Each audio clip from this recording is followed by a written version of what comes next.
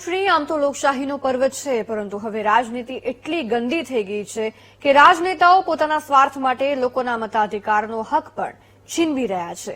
આવું કહેવું તો ન જોઈએ, પરંતુ આવા જ કંઈક દ્રશ્યો સામે આવ્યા છે, જ્યાં એક પક્ષના ઉમેદવારને બીજા પક્ષના નેતાઓ પોલીસ સુરક્ષા સાથે ચૂંટણીનું ફોર્મ પરત ખેંચવા લાવે છે. ફોર્મ રદ થાય છે, બેઠક બિનહરીફ થઈ જાય છે. આવો જ ડ્રામા વડોદરામાં જોવા મળ્યો. કેવી રીતે મારામારી સુધી પહોંચી ગયો મુદ્દો, આવું જોઈએ.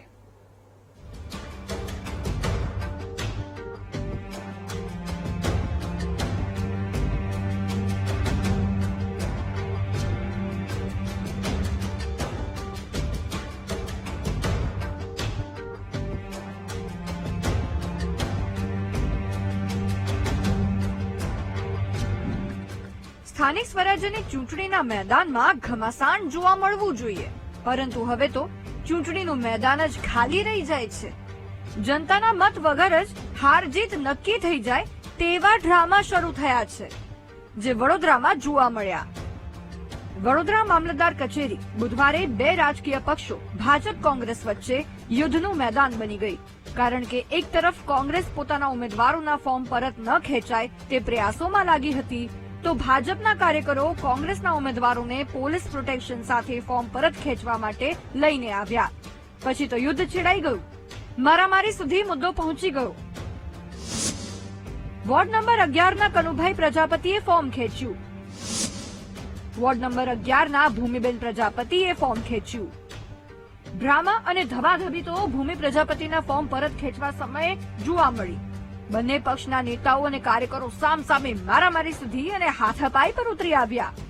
છતાં ભાજપના નેતાઓએ પોલીસ પ્રોટેક્શન સાથે ભૂમિ પ્રજાપતિનું ઉમેદવારી ફોર્મ પાછું ખેંચાવી જ લીધું, જેથી માહોલ ભારેલા અગ્નિ જેવો જોવા મળ્યો છે. કોંગ્રેસની વિચારધારા સાથે જોડાય એટલે મેન્ડેટ આપ્યો હતો. હવે કોંગ્રેસ સાથે ગદ્દાગીરી કરે એટલે કોંગ્રેસનો આક્રોશ છે સર.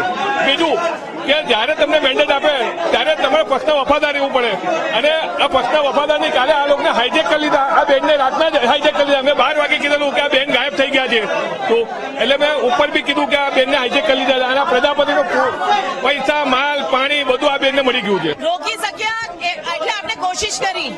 આ બેન ઓબીસી સમાજથી આવે છે, પ્રજાપતિ સમાજની છોકરી છે, દીકરી છે. એ જે પુરુષ હોય તો એને ના દબાણ કરે, પણ કેમ કે મહિલા છે, મહિલાને આગળ વધવા નહીં દેતા, એના લીધે આ બધું માનસિક ત્રાસ કર્યું છે. અને કોંગ્રેસ પાર્ટી જીતવાની છે એ એને ખબર પડી ગઈ છે. જીતીને પછી એને અંદર કરવાના છે એ ખબર પડી ગઈ છે. હવે આ બેઠક ઉપરથી ચૂંટણી લડ્યા છો, તમારી પેનલ તૂટી. હવે ના, પેનલ નહીં તૂટી. અમે 3 જણ છે, 3 જણ બરાબરના તાકાતથી લડશું અમે.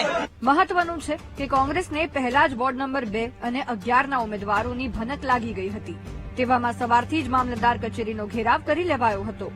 ભૂમિ પ્રજાપતિને લાવ્યા ત્યારે મારામારી પણ થઈ, ધમાલ પણ મચી. હવે જે ભૂમિ પ્રજાપતિને લઈને આટલી બબાલ થઈ, તેણે મીડિયા સમક્ષ શું કહ્યું સાંભળો. એ મને નથી ખબર કે એ લોકોની શું પ્લાનિંગ હશે, શું નહીં. મેં મારી મરજીથી જ તે ખેંચ્યું છે. બસ મારે મારા સમાજનું વડીલો સાથે ચાલવું છે, મારું એટલું કહેવું છે. ના, મારો ફોન ચાલુ જ હતો. મારો ફોન ચાલુ જ હતો. મને કોઈ ધાક ધમકી નથી કે કોઈ એવું કીધું પણ નથી કે તું ફોન ના ઉઠાવીશ એવું. માત્ર વડોદરામાં જ નહીં, ડભોઈમાં પણ ઘર્ષણ ભર્યા દ્રશ્યો જોવા મળ્યા. કોંગ્રેસ ઉમેદવાર અરવિંદ પાટણવાડિયા પોતાનું ફોર્મ પરત ખેંચવા આવ્યા ત્યારે ભાજપ કોંગ્રેસના નેતાઓ બાખડી પડ્યા. જિલ્લા પંચાયતના થુથાવીના ઉમેદવાર અને તાલુકા કોંગ્રેસ પ્રમુખ વચ્ચે મારામારી થઈ, જેમાં પોલીસને વચ્ચે પડીને મામલો થાળે પાડવો પડ્યો. પરંતુ સવાલ અહીં એ છે કે જો કોઈ ઉમેદવારને ચૂંટણી જ લડવી ન હોય તો ફોર્મ ભરીને લોકશાહીનું અપમાન કેમ કરો છો? આજની આ ઘટના ખૂબ ગંભીર છે, પરંતુ તેને કેવી રીતે જોવી તે હવે જનતાએ નક્કી કરવાનું છે. કેમેરામેન કિશોર ક્ષીરસાગર સાથે માનુ ચાવડા, વીટીવી ન્યૂઝ, વડોદરા.